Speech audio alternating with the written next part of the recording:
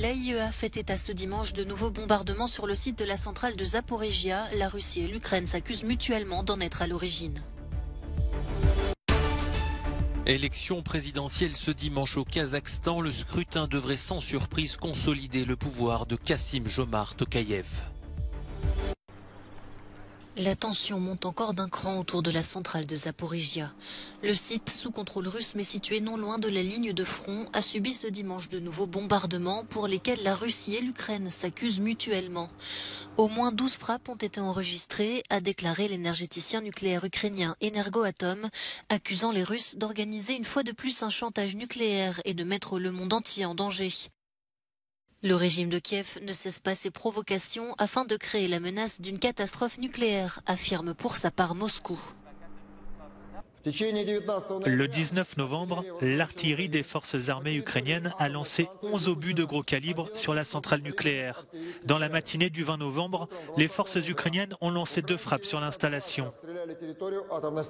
L'Agence internationale de l'énergie atomique a elle fait état de puissantes explosions. Son directeur Raphaël Grossi a appelé à stopper immédiatement les bombardements et à mettre en place une zone de sécurité autour du site. Les Kazakhstanais étaient appelés aux urnes ce dimanche pour une élection présidentielle qui devrait consolider le pouvoir du président sortant Kassym-Jomart Tokayev. Le pays avait été plongé dans le chaos en janvier 2022 lors d'immenses manifestations brutalement réprimées, notamment avec l'aide de troupes russes. Mais depuis l'invasion de l'Ukraine, le président Tokayev s'est efforcé de resserrer ses liens avec l'Europe et la Chine en contrepoids à l'influence de Moscou. Compte tenu de la situation géopolitique difficile, je souhaiterais que la politique de notre État soit neutre, explique cette électrice venue voter. Je souhaite que le principe de base du droit international, la non-ingérence dans les affaires des autres, soit préservé. Notre État devrait avoir une politique multipolaire avec l'Ouest et l'Est, avec tous les pays. Il devrait y avoir des relations égales, dit cet autre électeur. Il faut la paix, la stabilité et le développement. Nous n'attaquons personne, donc personne ne doit nous attaquer. Suite aux récents amendements à la Constitution, le président du Kazakhstan est élu pour un seul mandat, sans droit de réélection, mais la durée du mandat est passée de 5 à 7 ans.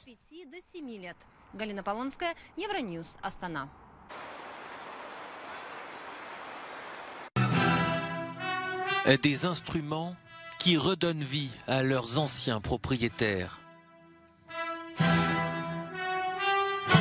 Ces violons appartenaient à des musiciens juifs déportés pendant l'Holocauste. Ils ont de nouveau retenti lors de 2 représentations exceptionnelles à Paris cette semaine.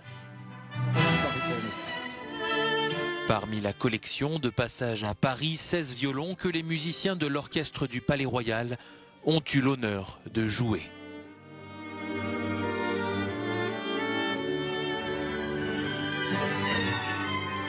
Il faut savoir qu'un instrument qui n'est pas joué, c'est un instrument qui meurt.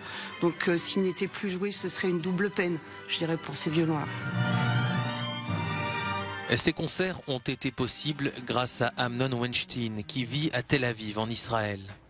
Ce luthier a consacré sa vie à retrouver ces instruments ayant appartenu à des juifs ou des tziganes disparus pendant la Shoah.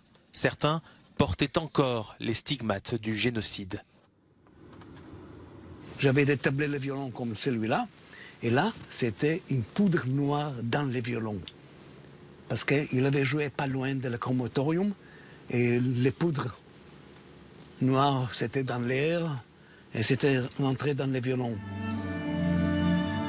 À ce jour, 110 instruments à cordes ont été restaurés par ces soins. L'association Les Violons de l'Espoir leur permet d'être joués par les plus grands orchestres du monde.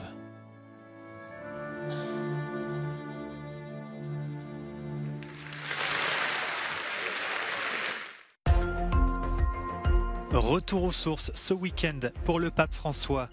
Le souverain pontife s'est rendu dans le Piémont, région du nord-ouest de l'Italie, dont sont originaires ses ancêtres. Le pape en a profité pour célébrer le 90e anniversaire de l'une de ses cousines, dont le grand-père est le seul de la fratrie à ne pas avoir émigré en Argentine.